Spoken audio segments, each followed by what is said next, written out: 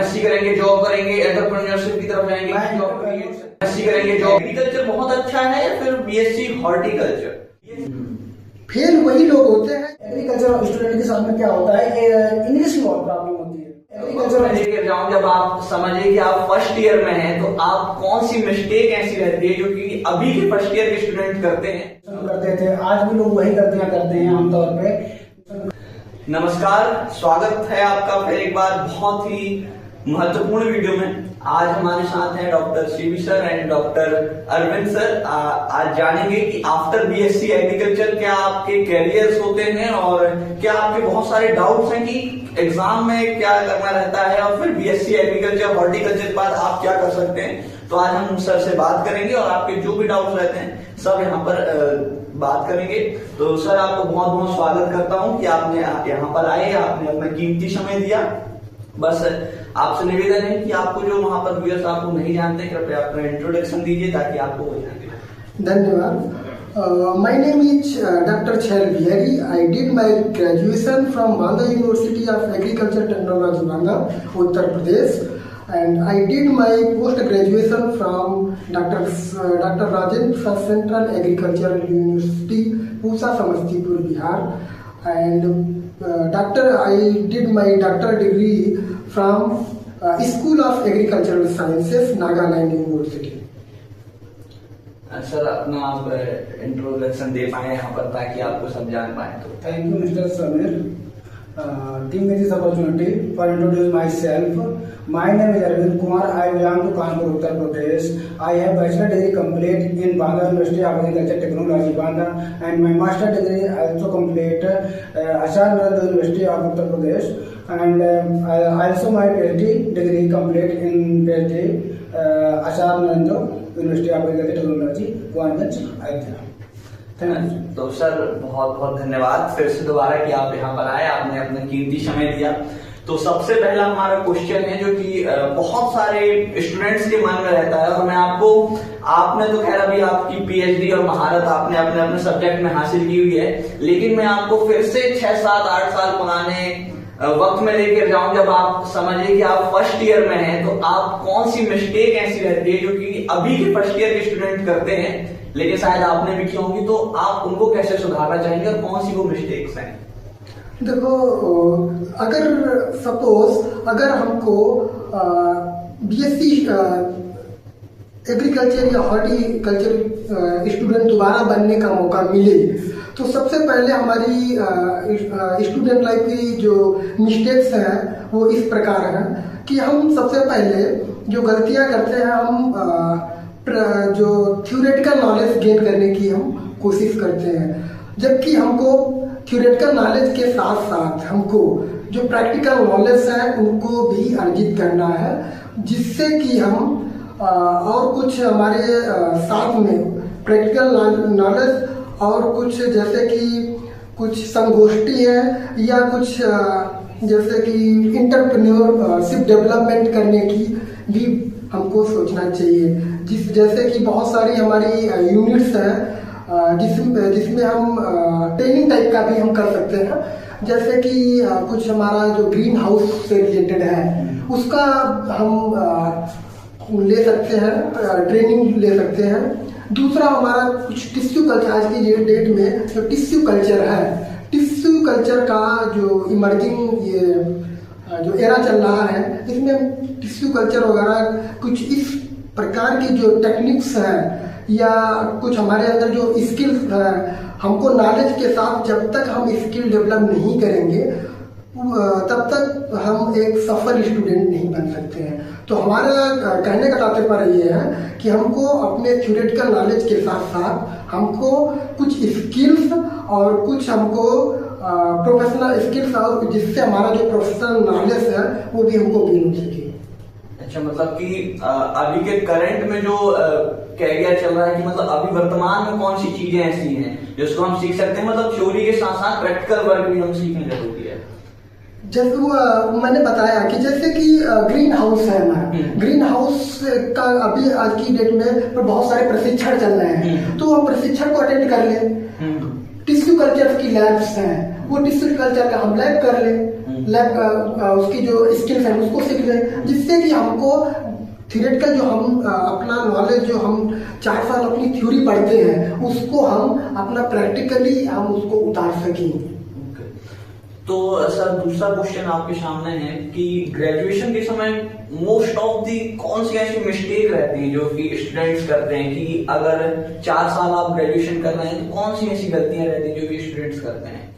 गलतियां कॉमनली वही होती हैं जो हम लोग अपने समय में ग्रेजुएशन करते थे, आज भी लोग वही गलतियां करते हैं आमतौर पे। एक्चुअली क्या है, स्टूडेंट जब इंटर पास करके आता है तो उसको ये लगता है कि मैंने एक स्टेप पार कर लिया, मैंने एक अच्छी जगह एडमिशन ले लिया, यूनिवर्सिटी में एडमिशन ले लिया, अच्छे कॉलेज में एडमिशन ले लिया, तो इसके बाद में उसको मेहनत करना छोड़ देता है, मेहनत नहीं करता है। ठीक है, वो कंटिन्यूटी नहीं अपने पढ़ाई में रखता है। स्टडी में क्या है, कंटिन्यूटी बहुत जरूरी है यार। कंटिन्यूटी लगन के साथ में जितना आप इंटर में पढ़ते थे, जितना हाई स्कूल में पढ़ते, ऐसे ही आप ग्रेजुएशन जब करने आए हो आप उतना ही कंटिन्यू मेहनत करिएगा, आपको सक्सेस मिलेगी। और आमतौर पे एग्रीकल्चर स्टूडेंट के साथ में क्या होता है, इंग्लिश की बहुत प्रॉब्लम होती है।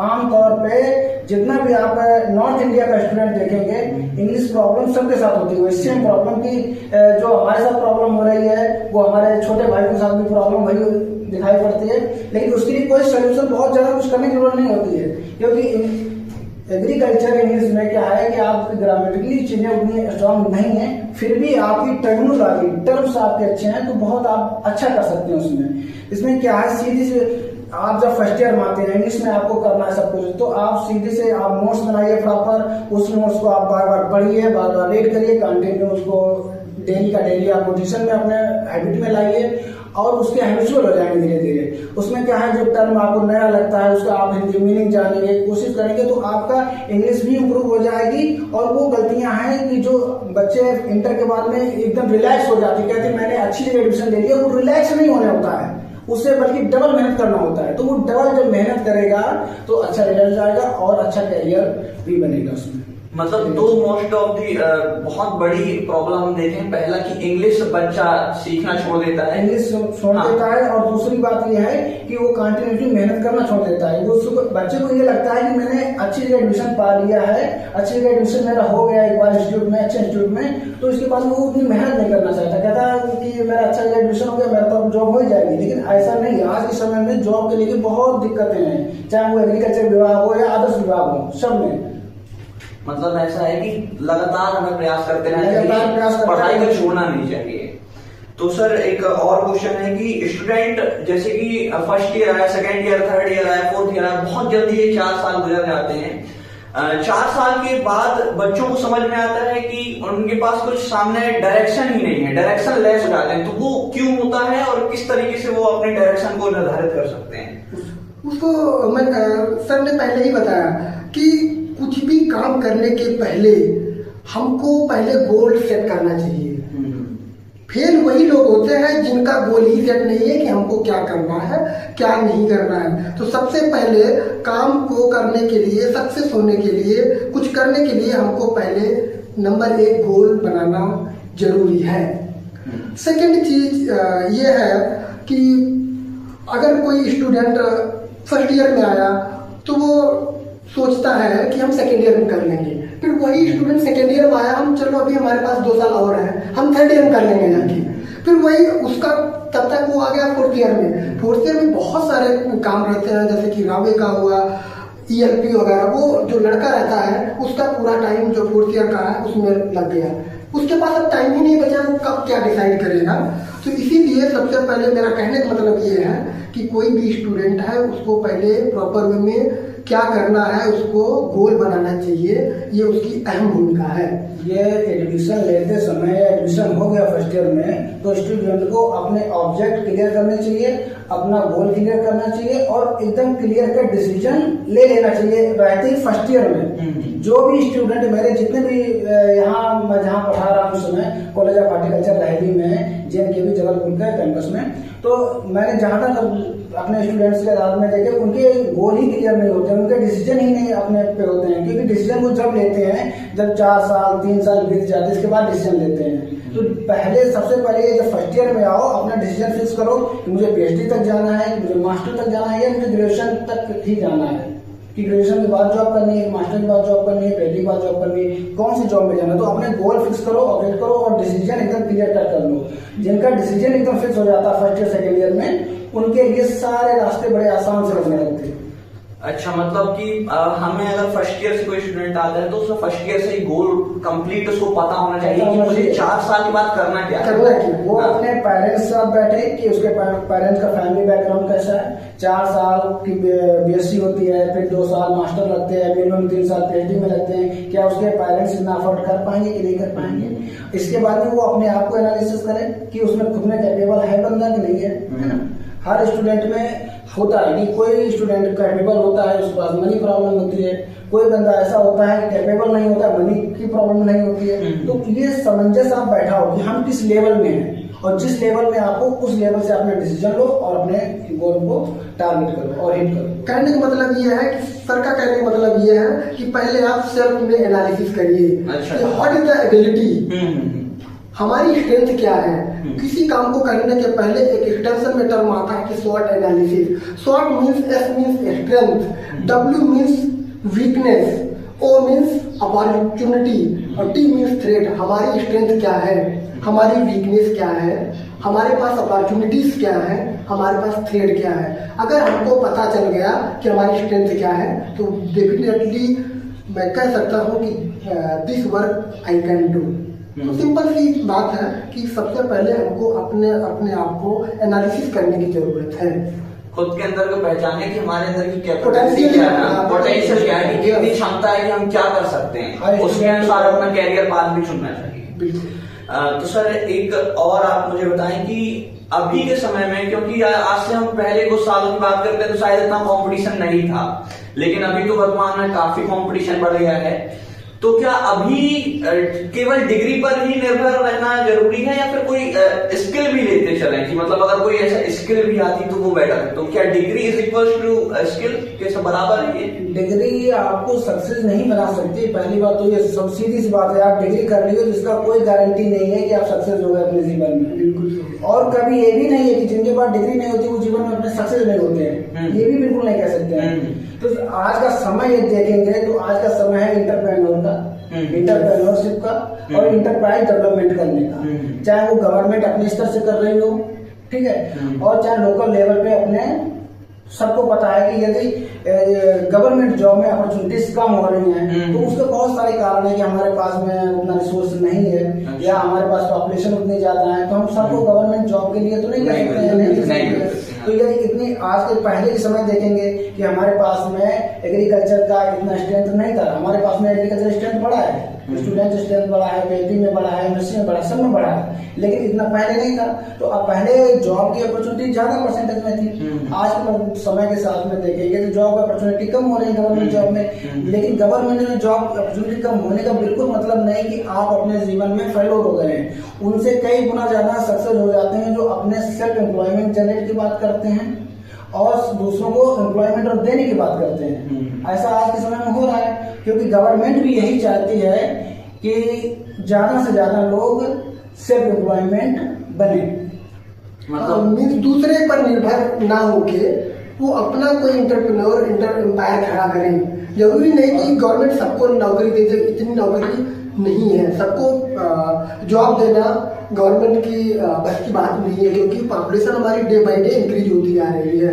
मतलब कहने का अर्थ ये है कि जॉब सीकर नहीं बनना है, जॉब क्रिएटर। जॉब सीकर बिल्कुल नहीं बनना है। आप जॉब क्रिएटर बनेंगे तभी आपके भी सेल्फ एम्प्लॉयज हो पाएंगे और दूसरों को जॉब प्रोवाइडर बन पाएंगे। मतलब खुद से दूसरों को हमें जॉब देने की तैयारी कर पाएंगे। मतलब डिग्री के साथ डिग्री से कोई कंपेयर नहीं कर सकता है कि आप जीवन में सक्सेस होंगे कि अनसक्सेस होंगे। डिग्री सिर्फ एक ऐसे मान लीजिए कि एक रास्ता है, एक वो वे है जहां से आप निकल के आगे बढ़ सकते हैं और अपॉर्चुनिटीज को और सारे मौके को आप तलाश सकते हैं। केवल इतना सा मौका होता है। मतलब डिग्री एक रास्ता है जहां पर और भी आपको अपॉर्चुनिटीज मिलेंगी। मतलब लेकिन केवल एक राह है, इसके भरोसे हमें नहीं चलना, इसके भरोसे नहीं चलना है क्योंकि स्किल बहुत जरूरी है जीवन में। आज के समय में आप जितना भी ग्रेजुएशन लेवल का कैरिकुलम देखेंगे जितना भी कोर्सेज देखेंगे, हर कोर्स में यही नई चीजें देखी जाती हैं कि आप टेक्नोलॉजी कितना अपडेट हो रहे हैं, आप स्किल कितने अपडेट कर रहे हैं, आप किसको चाहे स्टूडेंट हो या फार्मर्स हो,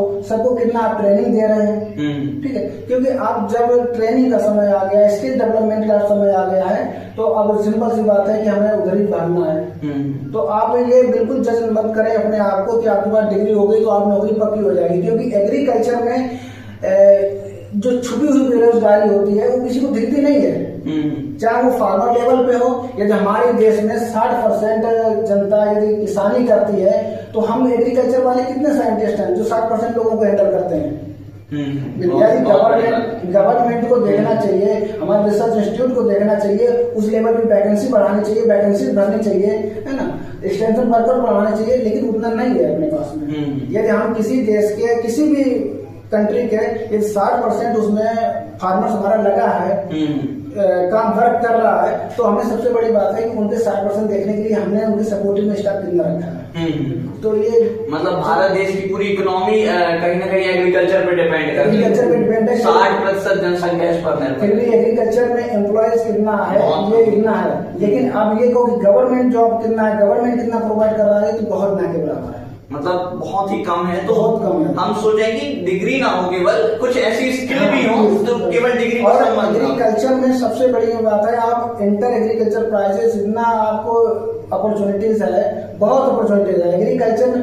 अपने पास एग्रीकल्चर में होता क्या, वो सारा रॉ मटेरियल जो हमारे पास है इंडस्ट्रियल लोग लेके जाते हैं, बनाते हैं, करते हैं, फिर बेचते हैं, सिंपल सी बात है, प्रोसेस करके बेचते हैं। ठीक है, यदि वही काम हम 10 लोग 4 लोग ग्रुप बना के भी कर रहे, और गवर्नमेंट यही चाहती भी है कि आप 5 लोगों का ग्रुप बनाइए, 10 लोगों का ग्रुप बनाइए। ग्रुप में आप अकेले कोई चीज नहीं कर सकते हैं, ये 4 लोग मिलकर यदि कोई इंटरप्राइज आप स्टैब्लिश कर रहे हैं, तो आप ऐसा तो नहीं कि केवल आप सक्सेस नहीं होंगे, सक्सेस जरूर होंगे, बस आपको सही से दिशा देने वाला होना चाहिए, आपको सही ट्रेनिंग होनी चाहिए, उस प्रोडक्ट की थोड़ी सी नॉलेज होनी चाहिए, बस।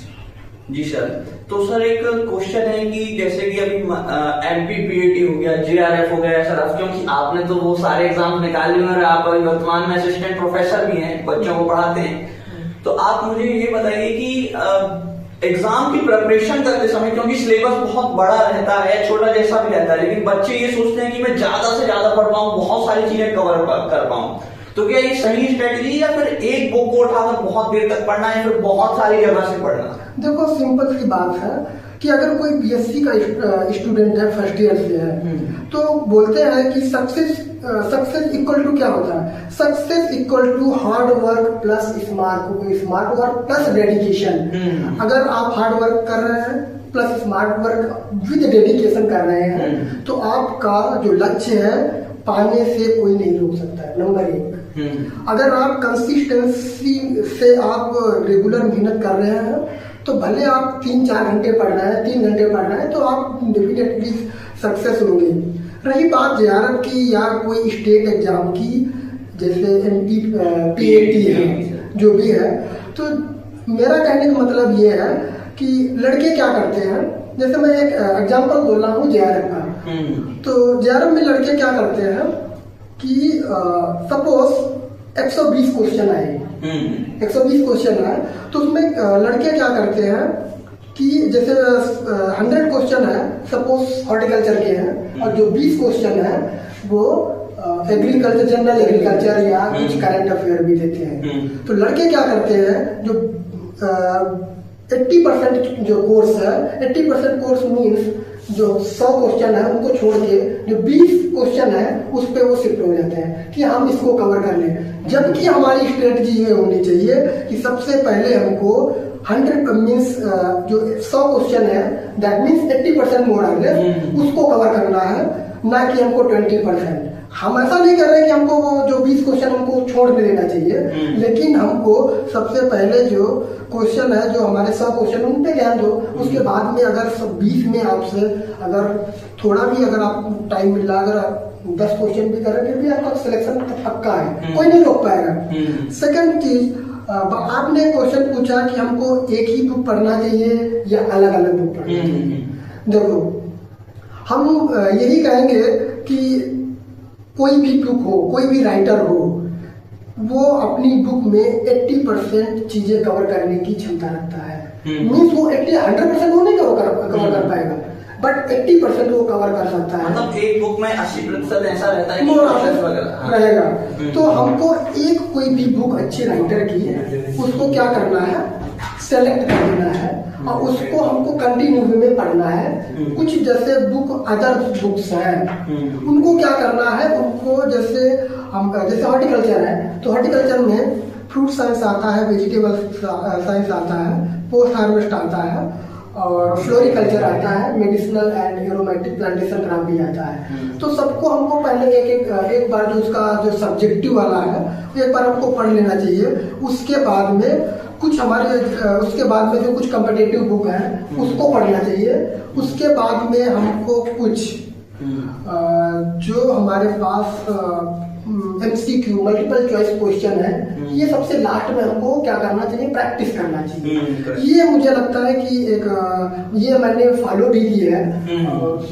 सेकंड हमारा एक ये भी कहना उचित है कि कोई भी एक बुक को हम प्रायोरिटी मान के उसको ही हल करें, उसको करिए ताकि आपको किसी एक बुक पे कॉन्फिडेंस आ पाए। अच्छा, ताकि आपको उस बुक से अगर कोई क्वेश्चन आ रहे हैं तो आप कर पाए। मैंने जैसे कहा कि कोई भी बुक है, मोस्टली जो बुक्स है जैसे हॉर्टिकल्चर है, कोई हॉर्टिकल्चर की एक बुक उठा लीजिए जिसमें सब सब्जेक्ट दिए हो तो मोर और लेस 80% कवर होगा, तो आप 80% तो कवर कर ले जाएंगे ना अगर उसको अच्छे से पढ़े।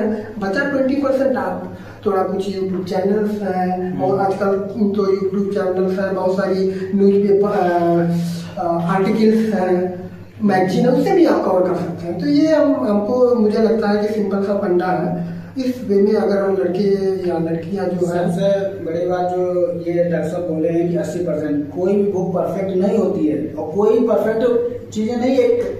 आमतौर पे यदि एग्रीकल्चर की बात करें कि डेली के डेली आप टेक्नोलॉजी पे बात करते हैं, अपडेट होने की बात करते हैं, नॉलेजेबल होने की बात करते हैं, इंफॉर्मेशन गैदरिंग की बात करते हैं, तो जहां से इंफॉर्मेशन गैदर कर रहे हैं वो कहाँ से सोर्स है। सबसे बड़ी बात है कि आप सस्ता सोर्स के चक्कर में सस्ती बुक ले लेते हैं, सस्ता सोर्स के चक्कर में सस्ती साइट पे खोजने लगते हैं। तो आप जहां से चीजें ले रहे हैं वो ऑथेंटिक होनी चाहिए।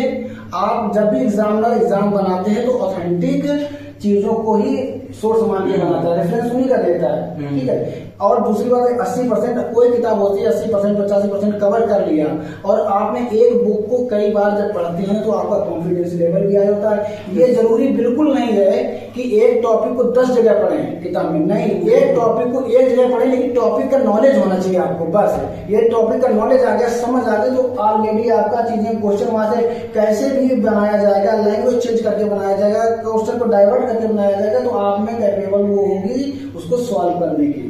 कहने का मतलब ये कंक्लूजन ये है कि किसी बुक को हम 20 बार पढ़े, ना कि 20 बुक पढ़े।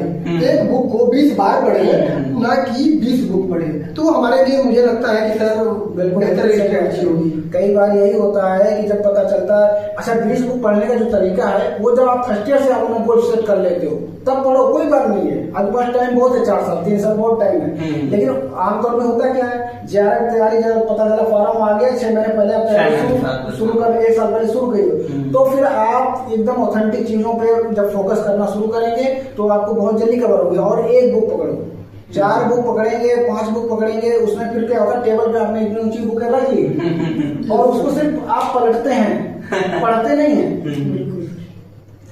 कहीं भी जाइए, आप कोई भी करिएगा, टॉपिक का नॉलेज होना चाहिए, उस टॉपिक से रिलेटेड चीजें आपके पास जब आएंगी तो आप कोई भी एग्जाम 80% से ज्यादा कोई भी नहीं कर पाता है। यदि आम नॉर्मल एग्रीकल्चर एग्जाम देखें तो 60% पे बहुत है, 60% से 70% पे बहुत अच्छा एग्जाम होता है, कोई भी एग्जाम होता है एग्रीकल्चर का, ठीक है। तो यदि आपको 80% कोई बुक नॉलेज दे रही है तो आप इनफ हैं। 100% करने की कोई जरूरत नहीं होती है, लेकिन बात ये 100% के चक्कर में 80% वाला भी खा जाते हैं, ध्यान नहीं देते। मतलब बहुत अच्छा आंसर दिया सर।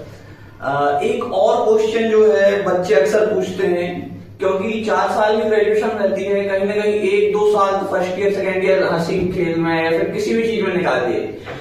अब जेआरएफ या जेआरएफ हमें निकालना है, कोई स्टूडेंट जो 3rd ईयर में है, 4th ईयर में, बेसिकली लेट उसने पढ़ना स्टार्ट किया, तब क्या वो उस समय कॉम्पिटिटिव एग्जाम की, एंट्रेंस एग्जाम के लिए प्रिपेयर कर सकता है? बिल्कुल कर सकता है, और बहुत अच्छे से कर सकता है। जो 2 साल बढ़िया अच्छे से मस्ती करके अपना ग्रेजुएशन में निकालते हैं, इसके बाद में उनको जब अपने खुद से इंटरनली मोटिवेट होकर खुद के उनके माइंड में जब चीजें क्लिक कर जाती है कि मुझे अब करना है, तो वो लोग बहुत अच्छा परफॉर्म करते हैं कंपैरेटिवली जो पूरे 4 साल पढ़ते हैं। वो क्यों करते हैं? क्योंकि उनका अंदर से की आत्मा जाग जाती है, उनको अंदर से एकदम महसूस होता है, अंदर से मोटिवेट होते हैं। मतलब बाहरी दबाव नहीं, बाहरी दबाव नहीं, उसको खुद से हो गया मुझे अब करना चाहिए, तब वो लोग बहुत अच्छा करके जाते हैं।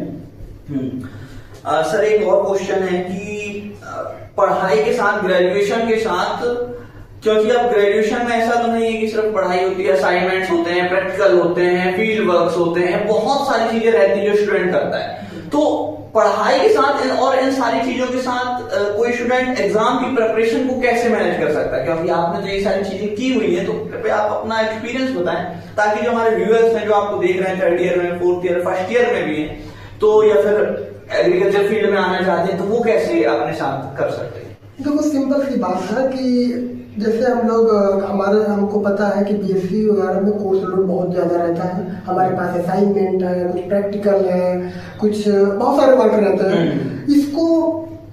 इसका भी एक टाइम है, जैसे हम ये सब काम है तो इसके साइड में हमको अपना जो टाइम है एक बचा के रखना है। ऐसा नहीं है कि जो एग्जाम का टाइम है या पढ़ने, सबका टाइम अलग है, तो हमको करना क्या है कि हमको जो टाइम है उसको अपना पढ़ने के लिए थोड़ा सेव करके रखना है, नंबर 1। सेकेंड चीज ये है कि कोई भी कॉम्पिटिटिव एग्जाम है, अगर आप सब कुछ 4 साल का ड्यूरेशन है, तो आप अगर धीरे धीरे से उसको थोड़ा थोड़ा भी अगर आप पढ़ते हुए आ रहे हैं तब भी आप कर सकते हैं। मुझे नहीं लगता है कि ये बहुत डिफिकल्ट टास्क है, आप कर सकते हैं। और सबसे बड़ी बात यह है कि आप जिसकी भी तैयारी कर रहे हैं, चाहे वो जेआरएफ कर रहे हैं, SRF कर रहे हैं, गवर्नमेंट जॉब भी कर रहे हैं, यदि आप एग्रीकल्चर आपने चूज किया है तो आप एग्रीकल्चर में आगे जॉब करना चाहते हैं, तो सबसे बढ़िया है कि अपना सब्जेक्ट को इतना स्ट्रांग कर लो कि जब भी आपको जरूरत लगे तो केवल आप अदर भी चीजें पढ़ें, ना कि सब्जेक्ट पढ़ें। जब जॉब आती है तो सब्जेक्ट तैयार करना शुरू करते हैं, अदर चीजें पढ़ ही नहीं पाते हैं। तो जो कोई कॉम्पिटिटिव एग्जाम होता है उसमें 20 से 40% अदर का सिलेबस आता ही आता है। आपका सिलेबस एग्रीकल्चर है, आपका सिलेबस हार्टिकल्चर है, तो 60% आएगा, उससे 70% आएगा, लेकिन 20 से 30% सिलेबस बाहर से आता है। तो उस समय लड़का क्या करता है, एग्रीकल्चर हार्टिकल्चर पढ़ना स्टार्ट करता है, बाहर का जो 30% 40% आने वाला होता है उस पर ध्यान नहीं देता है। तो जब कभी आप बेसिक ग्रेजुएशन लेवल पे हैं, बेसिक में है, तो अपने सब्जेक्ट को स्ट्रांग करो पहले। बिल्कुल कंसेप्ट समझो, टर्मिनोलॉजी समझो, थ्योरी समझो।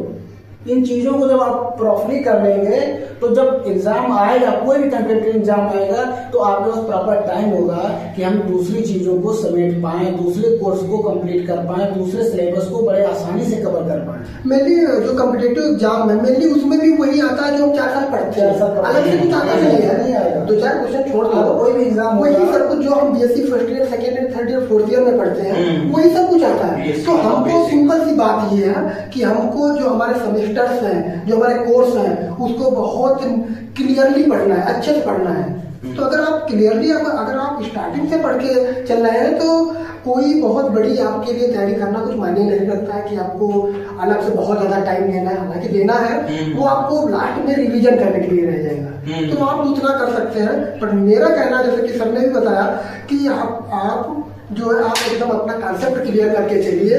जो कॉलेज में या क्लास में जो पढ़ाया जा रहा है, डेली नोट्स है, ये अगर आप स्टार्टिंग से करके ले गए तो आपको बहुत ज्यादा प्रॉब्लम आने वाली है नहीं। आप सब कुछ स्मूथली से अच्छे से करके एग्जाम की तैयारी, या कोई कॉम्पिटिटिव एग्जाम हो, चाहे जेआरएफ हो, SRF हो, या कोई स्टेट MPPAT हो, या कोई भी गवर्नमेंट जॉब की हो, आप इजीली कर सकते हैं। अगर आपने 4 साल मेहनत किया है तो आराम से आप हर एग्जाम क्वालिफाई कर सकते हैं। और सर एक और अक्सर बच्चे पूछा करते हैं कि कोई भी एग्जाम निकालने के लिए हमें कितने घंटे पढ़ाई करनी चाहिए? तो इस क्वेश्चन का आप क्या आंसर देंगे कि कितने घंटे हमें कोई एग्जाम के लिए पढ़ना चाहिए? सबसे पहले तो वो अपने आप को एनालिसिस करे कि मैं कितना सीट पे सेट कर सकता हूँ, कितने आराम से बैठ सकता हूँ, कितनी देर बैठ सकता हूँ। दूसरी बात है, सबको अपनी अपनी कैपेसिटी होती है।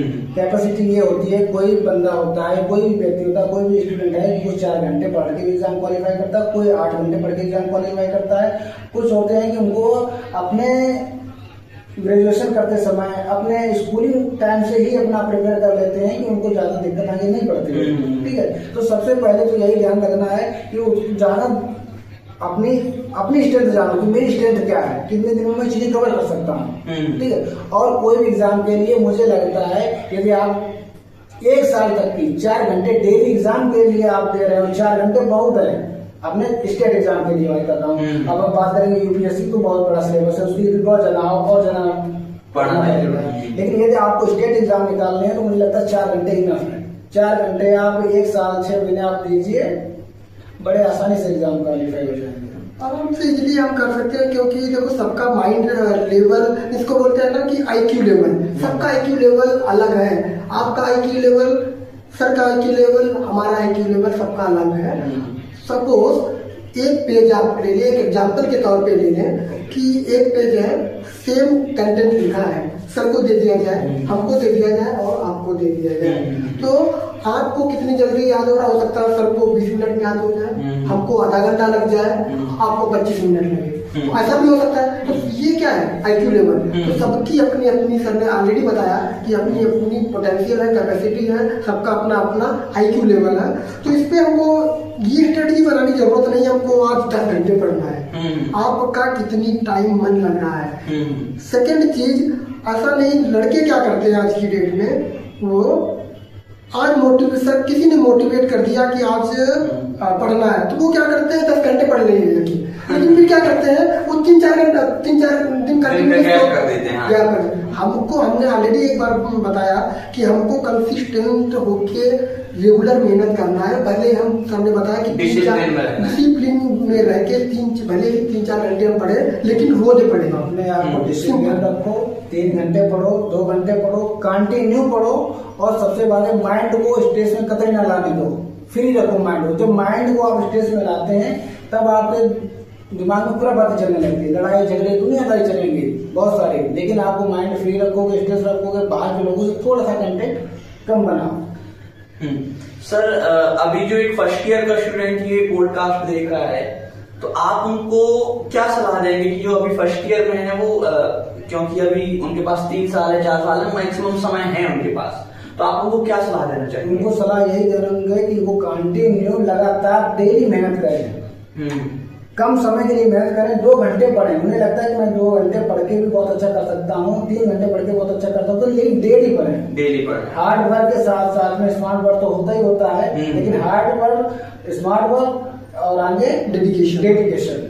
सर, यही आपने स्मार्ट वर्क की बात की, तो स्मार्ट वर्क से हमें चैट जीपीटी बहुत जल्दी आ जाता है। चैट जीपीटी हुआ है, आज समय में गूगल हुआ है, इतना सब कुछ आपके पास में है। क्योंकि हमारा भी समय था जब हम लोगों ने ग्रेजुएशन शुरू किया था, तो उस समय उतने मोबाइल नहीं, उस समय सुविधाएं नहीं, जब हम लोग रिचार्ज अपना कराते थे तो वो भी बड़ा महंगा पड़ता था। लेकिन आज के समय में रिचार्ज भी बहुत सस्ते हैं कंपेरेटिवली, पुराने टाइम में देखेंगे डाटा के हिसाब से तो उतना ज्यादा नहीं यूज करते थे। आज के समय में देखोगे तो हर बंदे के पास में, हर स्टूडेंट के पास में स्मार्टफोन है। आपको कुछ भी लगता है, इवन चलते चलते रोड पे चल रहे हो, कोई मन में आइडिया आ गया, कोई नई टेक्नोलॉजी का नाम सुन लिए, तुरंत 1 मिनट में आप देख सकते हो। तो आप इस समय तो बहुत ज्यादा हो गया, कितना स्मार्ट वर्क हो गया। तो वही सर का कहने का मतलब है कि आज का जो एरा है डिजिटलाइजेशन का एरा है, उसका आप लाभ लेके अच्छा काम कर सकते हैं। आपको 10 कोई क्वेश्चन था, यदि हमारे समय तो चलो ठीक आ गया, और पीछे समय जाएंगे तो क्या था, एक क्वेश्चन को ढूंढने के लिए 10 किताबें पलटनी पड़ती थी, लेकिन अब तो वो भी नहीं करना पड़ेगा, और 10 किताबें पलटने के लिए आपको 1 घंटा देना पड़ेगा, 2 घंटा देना पड़ेगा, लेकिन अब तो विदिन मिनटों में काम होता है। आपके अंदर वो चीज होनी चाहिए, लगा कि हमें अपना, सबसे बड़ी बात कुछ नहीं है, आप जिसको नहीं भी आता पढ़ना, बिल्कुल कम है, इंग्लिश में कम है या लोग चीजें नहीं समझ में आती हैं, वो डेली एक पढ़ता है 2 घंटे, वो सबसे ज्यादा आगे जाएगा। इन्हीं 40-50 बच्चे होते जो भी बैच में, उनसे सबसे आगे निकल जाएगा। कुल मिला के रसरी आवत जाते शिल पर करत निशान की, मतलब अगर आप लगातार मेहनत करते हैं तो पत्थर में भी रस्सी बिल्कुल निशान पड़ जाते हैं। जी। तो सर आप मुझे ये बताएं, क्योंकि आपने और हमने अभी बात की कि कंपटीशन अभी वर्तमान के समय में पिछले कुछ सालों के मुकाबले बहुत ज्यादा बढ़ गया है, इंक्रीज हो गया है, तो आने वाले 5 सालों में से कौन से कैरियर पाथ्स होंगे या कौन सी अपॉर्चुनिटीज हैं जो कि अभी की जो स्टूडेंट है first year, second year, third year, fourth year में जो बीएससी ग्रेजुएट कर रहे हैं, फिर होने वाला उनका ग्रेजुएशन, तो उनके लिए कौन से 3-4 ऐसे आप बात बताएंगे जो कि बहुत ही अच्छा उन्हें अपॉर्चुनिटी है उनके लिए? 4-5 सर ने जैसे बहुत पहले डिस्कस कर दिया हाँ। ये चीज कि हमको डिग्री हम कर रहे हैं बहुत अच्छी, वो हमारा एक वे है, अच्छी जगह जाने का वो वे है, तो हम इस पे डिग्री तो ठीक है, लेकिन हमको अपना एम्पायर बिल्डर खड़ा करना है, हमको कुछ इंटरप्रेन्योर करना है, आजकल जो डिजिटलाइजेशन वाला है उस पे फोकस करना है, कुछ नई तकनीकी स्किल को सीखना है, जैसे हमने पहले भी बताया कि ग्रीन हाउस के कुछ है, टिश्यू कल्चर है, बहुत सारे ऐसे आगे आजकल ड्रोन वगैरह सब आगे बहुत सारे आप कुछ भी कर सकते हैं, तो इससे आप बहुत सारे जो नए रास्ते हैं वो खुल सकते हैं। तो ये बहुत बड़ी चैलेंजिंग, आपको आज की डेट में कंपटीशन का लेवल बहुत बढ़ता जा रहा है, सबको सरकारी नौकरी नहीं मिलेगी ऑफकोर्स, लेकिन इसको देखते हुए हमारे पास बहुत सारी अपॉर्चुनिटी भी है। क्यों सर? यदि मैं ये देखूं कि अपॉर्चुनिटीज कम हो गई, नहीं, अपॉर्चुनिटीज पहले से ज्यादा बढ़ी है बस, लेकिन हमें उस अपॉर्चुनिटीज के पीछे भागना है, उनके पीछे चलना पड़ेगा, उनके लिए थोड़ा सा टाइम दिखाना पड़ेगा, थोड़ा स्मार्टनेस बनना पड़ेगा। ठीक है, क्यों बनना पड़ेगा? क्योंकि यदि कोई समय बदलता है, कोई ईरा बदलता है, डिजिटलाइजेशन होता है, तो उसमें क्या होता है, एक जनरेशन से जब दूसरे जनरेशन में जैसे शिफ्ट होते लोग, ऐसे ही शिफ्ट होना होता है। ठीक है, हमारे पास जॉब अपॉर्चुनिटी भलो गवर्नमेंट की तरफ से कम हुई, लेकिन प्राइवेट में कम नहीं हुआ, प्राइवेट में जॉब अपॉर्चुनिटी ज्यादा बढ़ रही है, भर भर के आ रही है। हाँ, ये बात है कि गवर्नमेंट जॉब में अपॉर्चुनिटीज कम हो रही है, लेकिन यही है कि अपने हिंदुस्तान में कह सकते हैं कि जो भी नॉर्थ इंडिया है, चाहे एमपी हो, राजस्थान हो, उत्तर प्रदेश हो, बिहार हो, ये स्टेट आप देखोगे तो गवर्नमेंट को ज्यादा एज ए देखा जाता है कि प्राइवेट जॉब से गवर्नमेंट जॉब को ज्यादा वरीयता मिलती है। लेकिन मैं यही कहूंगा कि गवर्नमेंट जॉब एक पॉइंट केवल छोड़ दिया जाए गवर्नमेंट जॉब को, इससे सबसे ज्यादा अपॉर्चुनिटी आपको एग्रीकल्चर में जॉब करने मिल जाएगी, प्राइवेट इंडस्ट्रीज में मिल जाएगी, प्राइवेट कंपनीज में मिल जाएगी। अपने सेल्फ एम्प्लॉयमेंट के लिए कम से कम पैसे में जॉब स्टार्ट हो जाते हैं एग्रीकल्चर जॉब, क्योंकि एग्रीकल्चर के पास फार्मर के पास में लैंड भी अपनी होती है, रॉ मटेरियल भी अपने पास होता है, बस उसके पास ट्रेनिंग और स्किल और नॉलेज की कमी होती है। ये ट्रेनिंग स्किल और नॉलेज है किसी किसान या फार्मर को प्रॉपर मिल जाए और थोड़ा सा फंड, तो वो अपना स्टार्टअप बड़े आसानी से, स्किल, नॉलेज और फंड, ये 3-4 चीजें मिलकर एक फार्मर को नीचे से बहुत ऊपर तक लेकर जा सकती है। बिल्कुल लेकर जा सकती है जी। सर, जैसे कि हमने हालांकि पहले डिस्कस कर लिया बीएससी के बाद क्या करना चाहिए, लेकिन मैं आपसे फिर एक बात पूछना चाहूंगा कि बीएससी के बाद कोई एक स्टूडेंट है जो कि 4th ईयर में है अभी, तो क्या उसको एमएससी की तरफ जाना चाहिए या फिर जॉब की तरफ? और अगर एमएससी की तरफ जाना है तो क्यों जाए, और अगर आपको जॉब करना है तो क्यों जाए? इसका आप थोड़ा सा और डिस्कस बता दीजिए। तो ये कहते हैं ना कि ये थोड़ा प्रॉपर चॉइस पे भी डिपेंड करता है, और उसके पीछे बहुत से रीजन है। सर ने एक बार डिस्कस भी कर चुके हैं कि सपोज कोई बीएससी का स्टूडेंट 4th ईयर में है, और पहले तो उसको ये जो सिलेक्शन वाली क्राइटेरिया है कि हमको जॉब की तरफ जाना है या हमको एमएससी या पीएचडी करना है, तो ये उसका पहले तो ऑन स्पॉट उसको नहीं करना चाहिए, नंबर 1। अगर उसको कर भी रहा है तो उसको सपोज किसी को एमएससी या हायर एजुकेशन में जाना है, तो उसको पहले अपने आप को देखना है कि हमारा बैकग्राउंड क्या है, हमारे घर वाले सक्षम है या नहीं है, नंबर 1। नंबर 2 बात यह है कि कुछ स्टूडेंट है जॉब के लिए, अब जॉब के लिए आप 4th ईयर में आप आ गए हैं, तो अगर आप अभी 4 साल में आपने क्या किया, उसके पहले आपको डिसाइड कर, मेरा कहने का मतलब ये है कि ये एकदम ऑन स्पॉट डिसीजन लेने वाली चीजें नहीं है। ये प्री प्लान पहले से ही हमें फर्स्ट ईयर सेकंड ईयर पता होना चाहिए कि हमको क्या करना है। गोल हमको एकदम डिसीजन मेकर बनना चाहिए। नंबर एक कहते हैं ना कि एक एक्सटेंशन के टर्म है कि risk bear person always entrepreneur. क्यों सर? तो हमको रिस्क कहीं न कहीं पे लेना ही पड़ेगा, अभी नहीं तो कल तो लेना कभी भी। आपका सिंपल सी बात है, पास्ट खराब हुआ है तो फ्यूचर थोड़ा अफेक्ट जरूर होगा। यदि पास्ट खराब हुआ है तो फ्यूचर अफेक्ट होगा ही होगा। यदि आपका पास्ट और करंट दोनों अच्छे रहे तो फ्यूचर में भी आपको ब्राइट होगा ही होगा।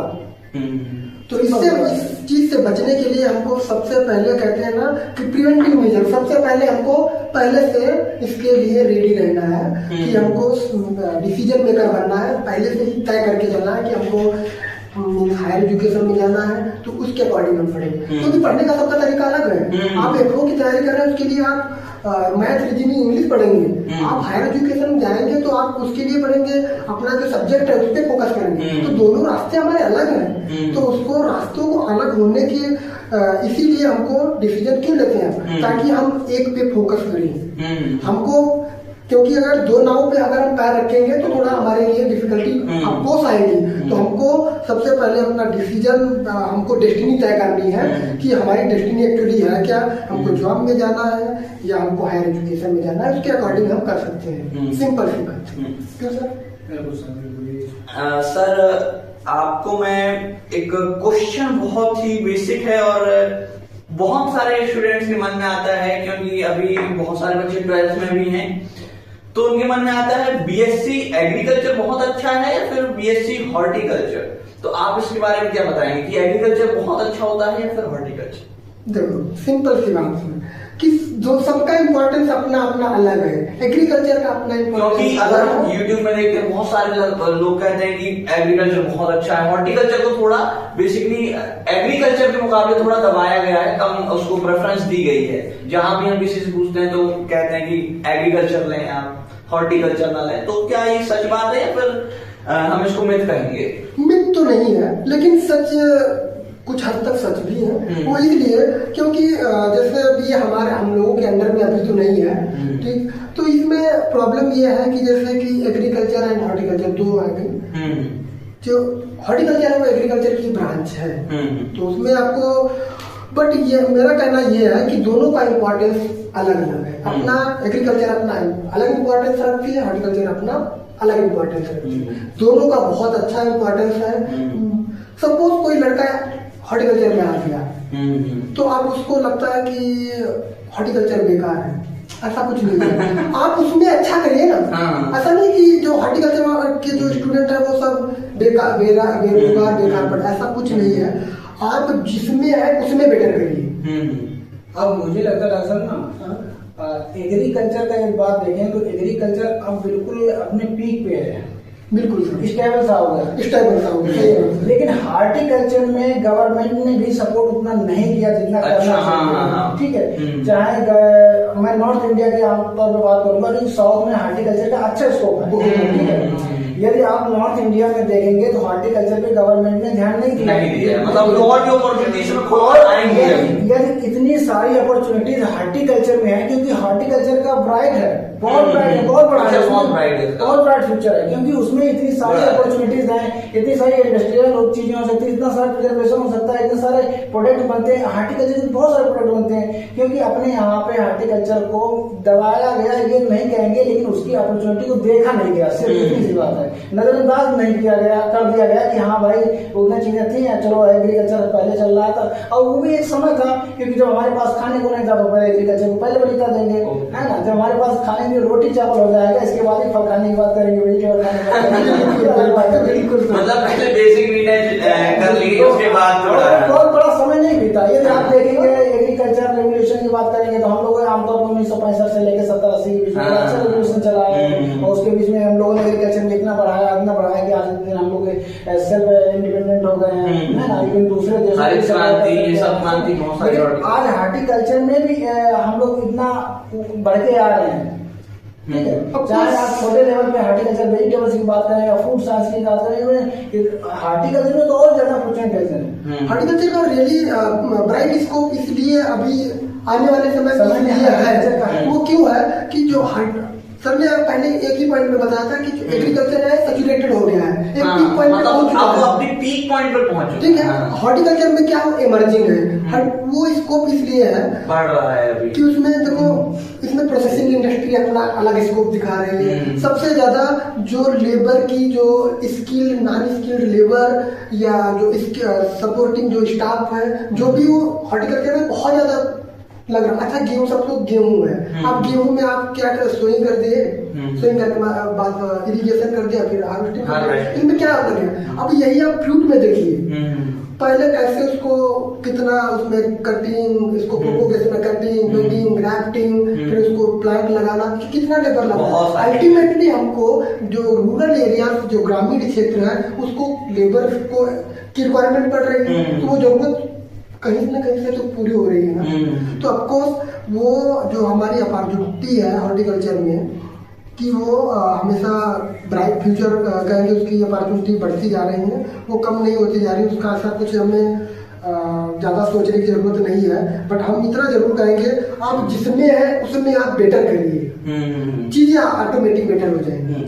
मतलब कि ऐसा नहीं कि हम हॉर्टिकल्चर में आ गए तो ये बुरा है। अगर हम हॉर्टिकल्चर में हैं तो हम हॉर्टिकल्चर को बहुत अच्छा बनाएंगे। बिल्कुल, हम हॉर्टिकल्चर में बहुत अच्छा फ्यूचर हॉर्टिकल्चर की बहुत सारी अपॉर्चुनिटीज हैं और बहुत सारी अपॉर्चुनिटीज आने वाली हैं आने वाले फ्यूचर में, ठीक है। क्योंकि हॉर्टिकल्चर से इतने सारी चीजें बन रही हैं आज के समय में, क्योंकि हम लोग एग्रीकल्चर में बिल्कुल हर चीज में सफिशिएंट है। चाहे चावल की बात करेंगे, दलहन में बात करेंगे, वीट में बात करेंगे, तिलहन में हालांकि हम लोग अभी पीछे हैं, फिर भी उसमें काम चल रहा है, बहुत सारा इतना है, सफिशिएंट है।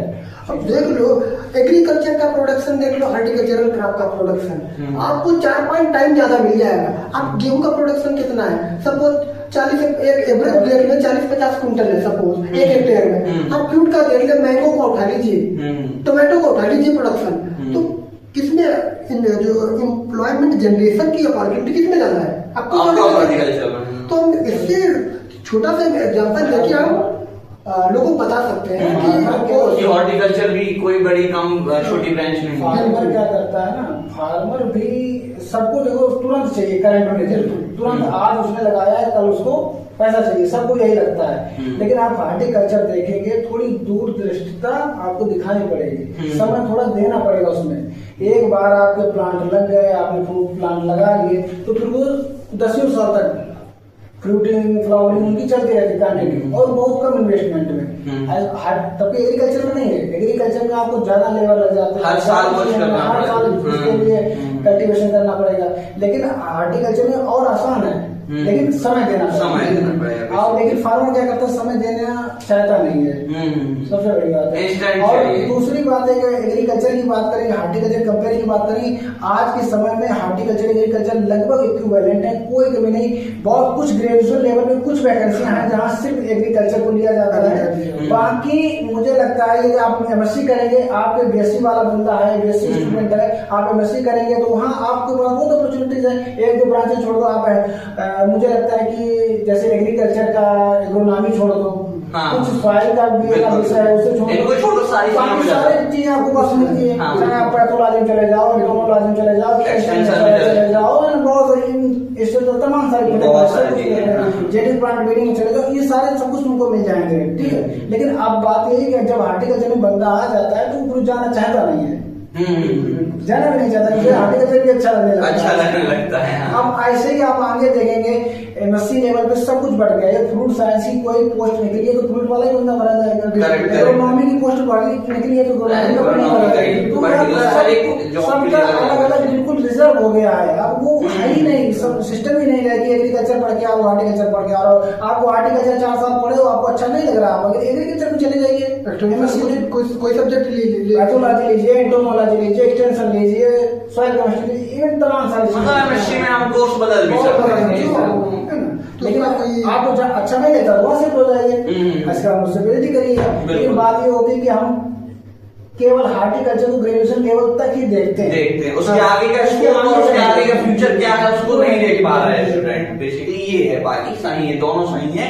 आपको जो आज के समय में आप हार्टिकल्चर की यदि बात करेंगे तो हार्टिकल्चर को एग्रीकल्चर की वैकेंसियों पे अपॉर्चुनिटी मिलना स्टार्ट हो गई है ना। जब लोगों को पता चल रहा है, इवन जो हमारे ऊपर बैठे हुए लोग, साइंटिस्ट लोग होंगे, अधिकारी लोग, प्रशासन होगा, ये सारे लोग जब उनको पता चलती है चीजें इक्विवेलेंट है, चीजें उनको देना चाहिए तो मिलती हैं। हाँ, कुछ पोस्टें ऐसी होती हैं जो केवल एग्रीकल्चर की जाती हैं, वो बहुत ना के बराबर हैं, केवल ना के बराबर, कहने वाले वहाँ केवल कि हाँ थोड़ा सा अलग है, कुछ नहीं है। बस आपको ये आगे जाना है, लंबा समय तय करना है, आपके पास आगे कभी भी आप एग्रीकल्चर में शिफ्ट हो जाइए, कुछ लिमिटेड सब्जेक्ट को छोड़ के बस।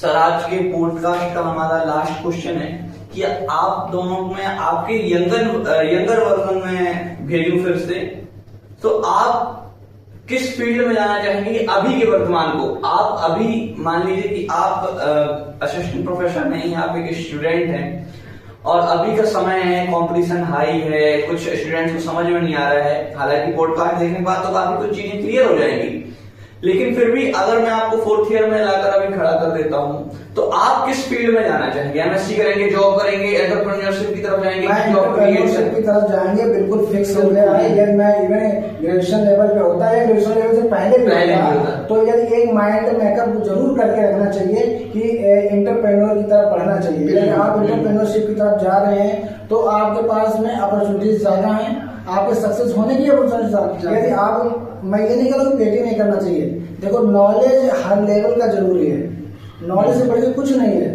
एक कहते नहीं कि नॉलेज तो इतना जरूरी है कि जब आपको नॉलेज नहीं होगा तो आप एंटरप्रेन्योर भी नहीं अच्छे बन पाओगे। बिना नॉलेज के तो नहीं हो पाएगा। तो नॉलेज जरूरी है, लेकिन नॉलेज के साथ साथ में आपके माइंड में ये चीज होना चाहिए कि हमारे पास में गवर्नमेंट जॉब हमको नहीं मिली तो हमको ये नहीं हमारा करियर खत्म हो गया, ये नहीं सोचना चाहिए। ये नहीं सोचना, एक ऑप्शन जॉब को नहीं रखना है, ऑप्शन जॉब को बिल्कुल नहीं रखना है। आप एग्रीकल्चरिस्ट हो, आप हॉर्टिकल्चरिस्ट हो, आपके पास अपॉर्चुनिटी, और आमतौर पे 80% लड़के जो होते हैं, स्टूडेंट्स होते हैं, वो लगभग एग्रीकल्चर फार्मर्स या उनके घर में एग्रीकल्चर होती है, इसीलिए वो उसी को बिजनेस में आगे बढ़ा सकते हैं। बहुत अच्छा है उनके, क्योंकि उनके लिए रॉ मटेरियल हुआ, चीजें हुआ, फैसिलिटीज हुए, नेचुरल रिसोर्स हुए, वो बहुत बखूबी उनको जानता है। बस केवल उनको अप्लाई करना नहीं जानता है, अप्लाई करना चाहिए, सीख जाए, उनकी ट्रेनिंग ले ले, उनके बारे में थोड़ा सा नॉलेज ले ले और थोड़ा सा फंड, जैसे कि आपने पहले ही बताया था, स्किल फंड और नॉलेज हो तो कर सकता है, क्योंकि बैकग्राउंड तो पहले से ही एग्रीकल्चर का मोस्ट ऑफ द स्टूडेंट्स का। एग्रीकल्चर में ये देखा गया है कि 2 प्रकार के स्टूडेंट आते हैं कि अगर नीट सिलेक्शन नहीं होता, बायोलॉजी वाले स्टूडेंट आ जाते हैं, या फिर जिनका एग्रीकल्चर में बैकग्राउंड रहता है वो बच्चे यहाँ पर आते हैं। तो बहुत बहुत धन्यवाद सर, आपने बहुत सारी चीजें हमें बताई जो कि मुझे नहीं पता थी, व्यूअर्स को नहीं पता थी। आपने अपना नॉलेज हमारे साथ शेयर किया और बहुत सारी चीजें आपसे सीखने को मिली। आई होप, आशा करता हूँ जो कि इस वीडियो को यहाँ तक देख रहा है उसको काफी कुछ सीखने को मिला होगा। और ऐसी वीडियोस के लिए और ऐसे पॉडकास्ट के लिए आप चैनल को सब्सक्राइब कर सकते हैं। बाकी आपको सर से और भी कुछ डाउट है तो आपके लिए कमेंट बॉक्स हमेशा ओपन रहता है। हालांकि सर और मेरा आपको डिस्क्रिप्शन बॉक्स में इंस्टा आईडी भी मिल जाएगा, आप डायरेक्ट वहां से फॉलो करके आप क्वेश्चन भी आस्क कर सकते हैं। बाकी फिर से सर एक बार बहुत बहुत धन्यवाद, आप यहाँ पर आए और आपने अपना समय दिया। धन्यवाद, थैंक यू सो मच।